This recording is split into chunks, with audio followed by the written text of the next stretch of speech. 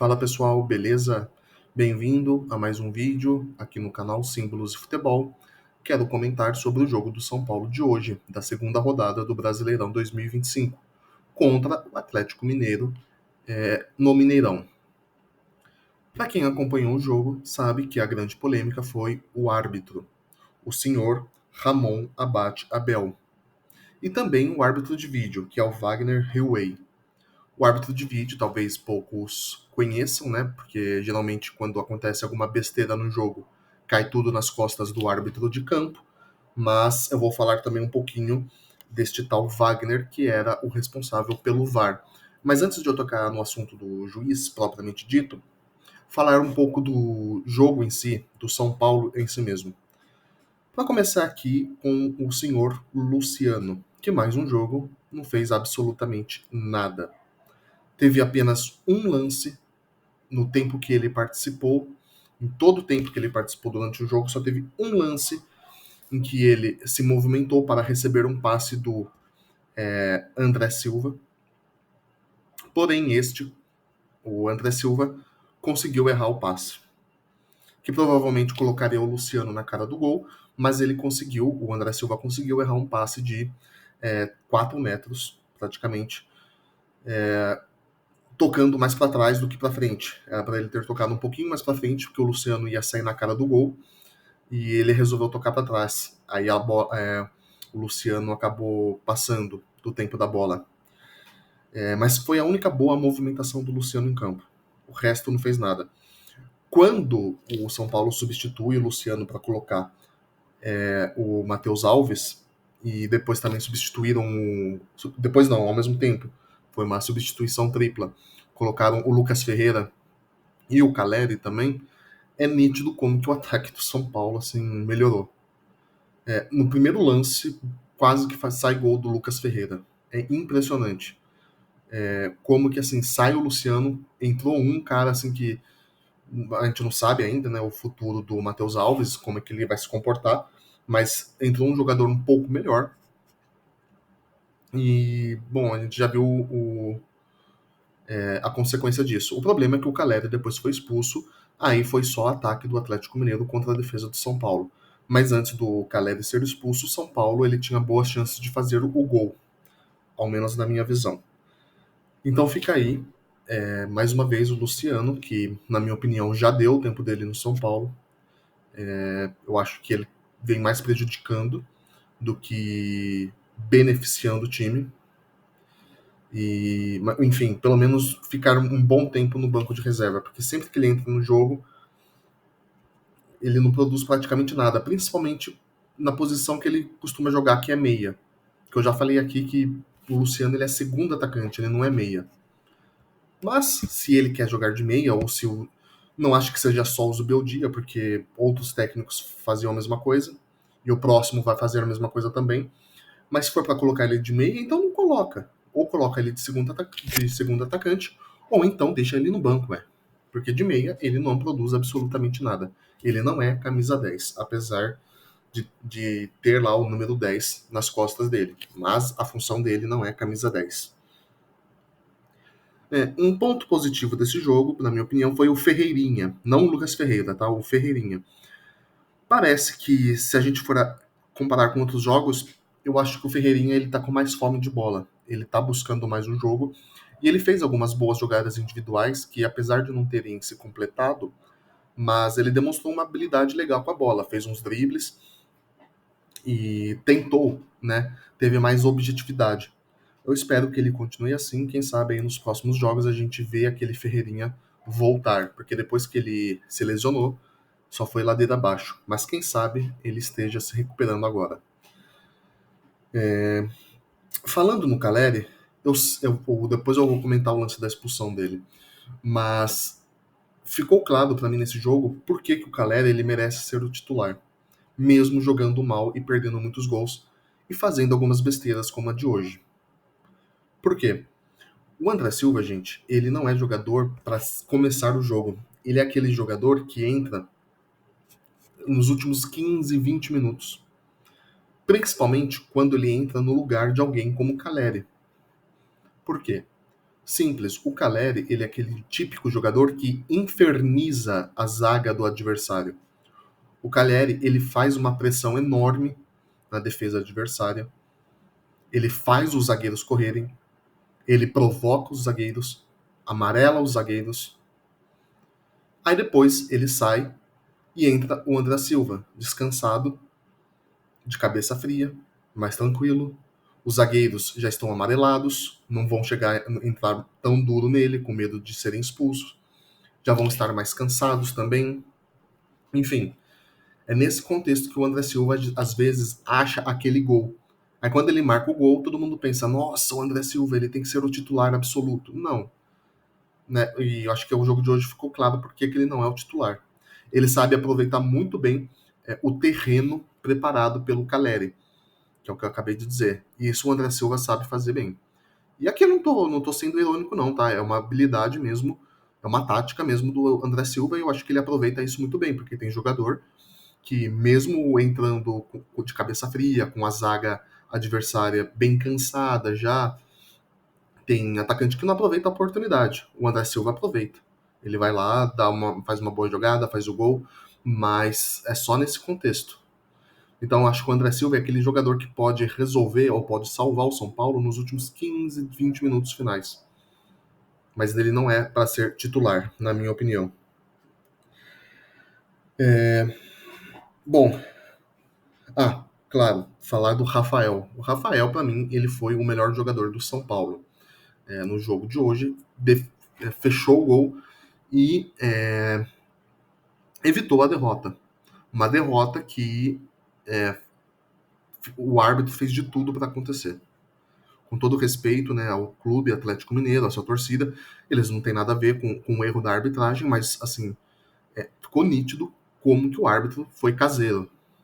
E aqui eu vou entrar, então, agora que eu falei do jogo, eu vou entrar mesmo nessa questão que é o que eu gostaria de falar hoje. A questão do árbitro. O senhor Ramon Abate Abel. É nítido como que ele foi caseiro nesse jogo. É impressionante. Assim, como ele foi tendencioso. O Zubeldia, gente, eu sei que tem muita gente querendo que ele saia fora. Eu acho que também já deu o tempo dele. Não estou defendendo o Zubeldia. Porém, a gente tem que saber separar as nossas críticas ao Zubeldia, as críticas que ele merece receber,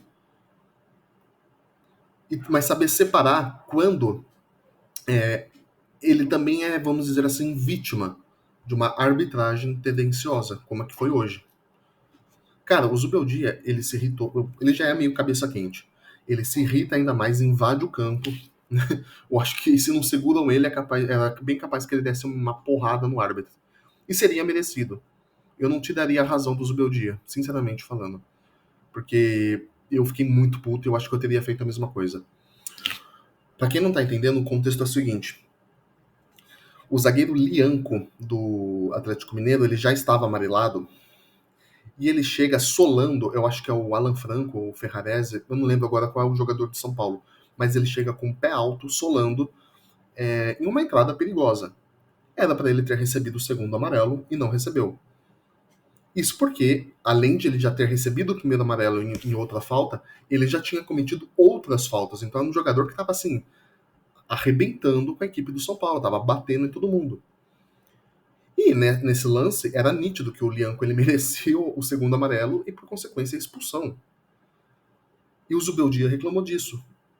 E o Zubeldia, ele não xingou o árbitro, ele não.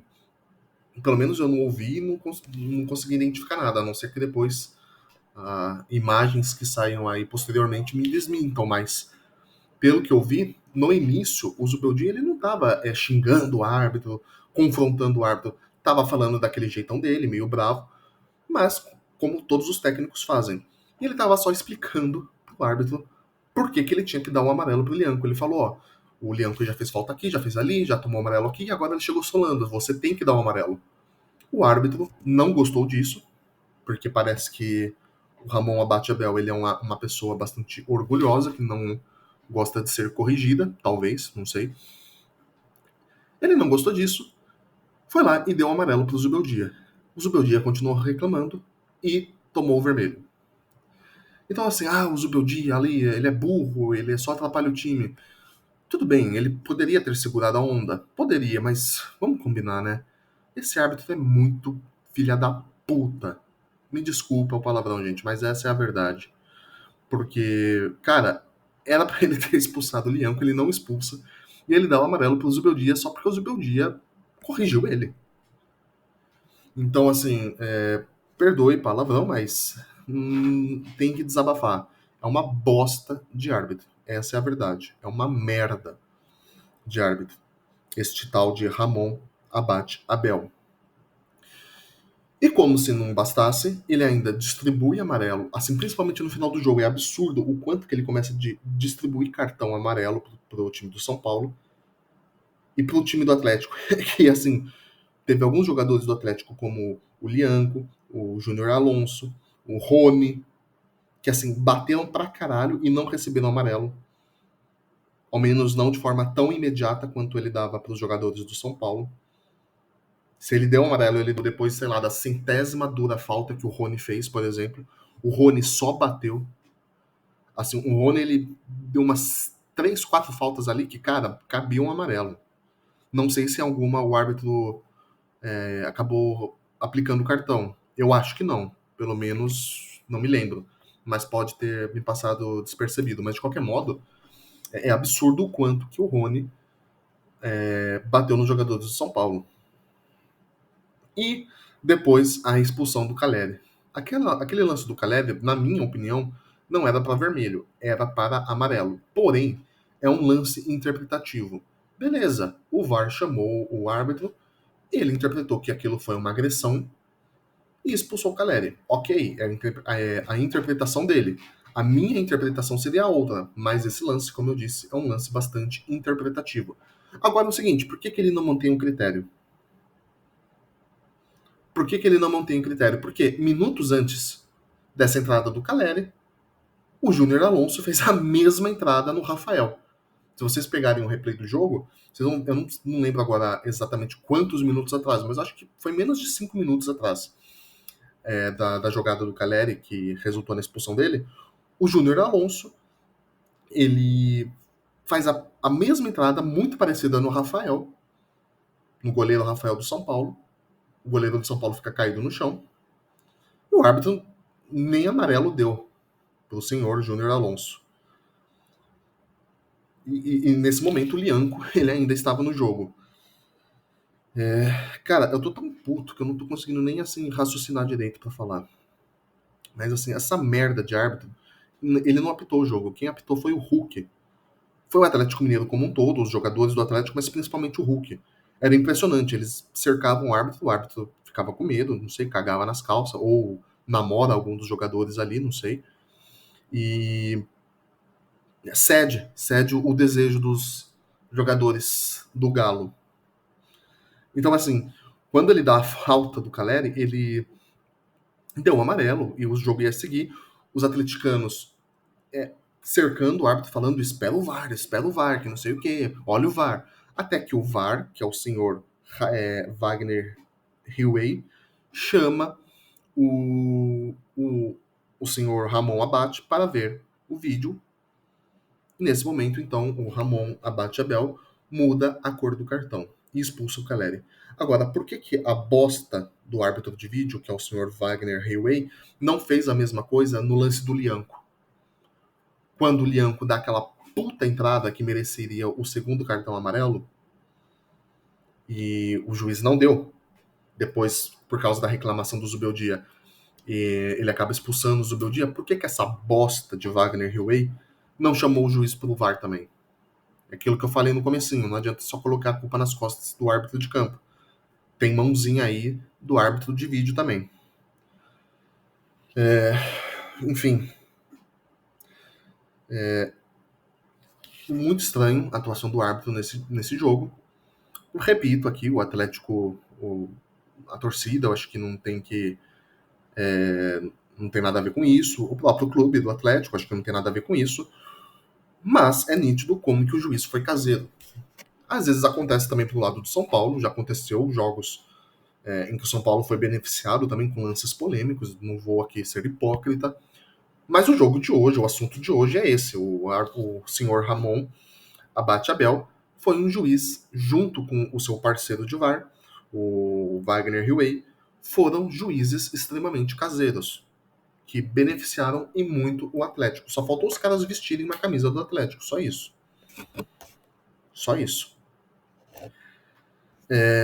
Agora, é mais culpa da merda da diretoria do São Paulo, do senhor presidente Júlio Casares, da diretoria, do diretor Carlos Belmonte, que não sabem fazer uma gestão de bastidores. O São Paulo Futebol Clube não tem bastidor. O árbitro, o senhor Ramon Abate Abel, se o São Paulo tivesse uma diretoria, um presidente, uma gestão séria, esse árbitro nunca mais iria apitar jogo do São Paulo. Mas nunca mais. Assim como o Wagner Huey também nunca mais ficaria no VAR em um jogo do São Paulo. Só que o São Paulo tem uma diretoria de merda, uma gestão ridícula, que não tem bastidor. Que fica tirando fotinho, blogueirinho, e enfim, o São Paulo acaba então virando, desculpa o palavreado, mas virando aí putinha de outros clubes. Putinha da CBF e da comissão de arbitragem. Por causa que não temos bastidores. Engraçado que tem um time aí verde e branco em que o técnico ele pode falar o que quiser. Ele pode confrontar, é incrível. Assim, pro cara ele ser expulso do jogo, ele tem que assim quase que tirar um revólver do bolso pro cara ser expulso. Tô exagerando, é claro, mas cara, é nítido assim, óbvio que eu tô falando aqui do Abel Ferreira e cara, o Abel por muito menos o Zubeldia é expulso, mas assim, muito menos. Quando que o Abel Ferreira faz a mesma coisa ou pior e continua em campo. No máximo, toma um amarelo. E é incrível também como que o Palmeiras, e aqui eu não tô acusando o Palmeiras, eu tô na verdade elogiando como que o Palmeiras, da tia Leila, eles têm bastidor. Eles têm bastidor porque eles conseguem negociar e convencer as organizações de futebol, como a FPF ou a CBF, para eles ditarem algumas coisas, falarem, olha, a gente não quer que aquele árbitro apite, ó, esse aqui não. E aqui eu não tô acusando o Palmeiras de... Isso aí não é crime. É bastidor. Os caras, eles sabem negociar, eles têm lábia. Coisa que o São Paulo não tem, infelizmente. Igual na semifinal do Paulistão. Que o Palmeiras ganhou do São Paulo lá no Allianz Parque. Se o São Paulo tivesse um mínimo de bastidor, aquele jogo teria acontecido num sábado, não numa segunda-feira, e na Arena Barueri ou no Pacaembu, e não no Allianz Parque. Porém, como o Palmeiras ele tem uma gestão decente, que não fica só tirando fotinha, não é blogueirinha, conseguiram negociar e convencer a FPF a mudar a data do jogo e o local também. Isso mostra o quanto que o São Paulo é refém de toda uma estrutura interna dentro dele próprio, de uma gestão que vem corroendo o clube já há muito tempo. Isso não é só... Eu estou falando do Júlio Casares, o Carlos Belmonte, porque eles são os comandantes, vamos dizer assim, atuais. Mas isso não é só culpa deles. É de longa data essa estrutura de merda, de bosta, que já vem fedendo no São Paulo há muito tempo. E, enfim. E aqui, gente, vale um outro ponto. Eu sei que a torcida vai cair sempre em cima do técnico, que no caso hoje é o Zubeldia. Beleza, eu entendo e eu acho que ele é um técnico ruim mesmo que tem que sair. Eu concordo.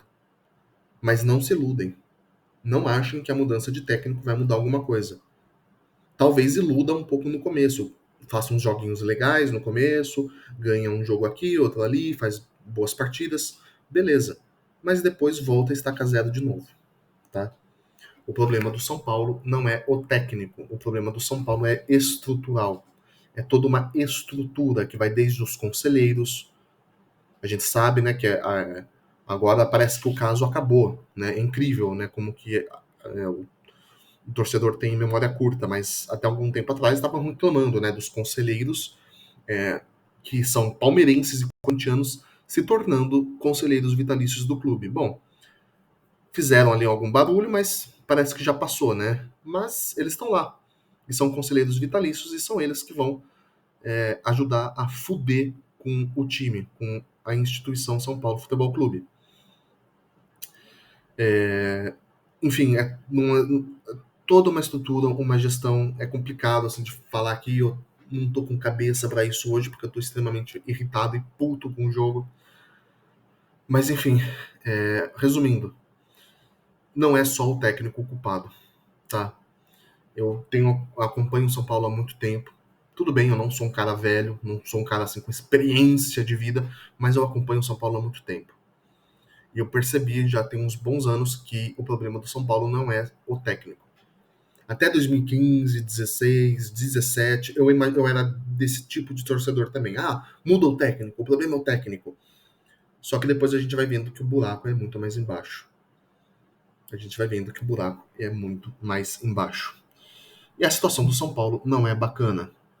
Então é importante que o torcedor são paulino saia da superficialidade. Pode xingar o Zubeldia, pode criticar, gritar fora o Zubeldia, eu apoio, não sou contra isso.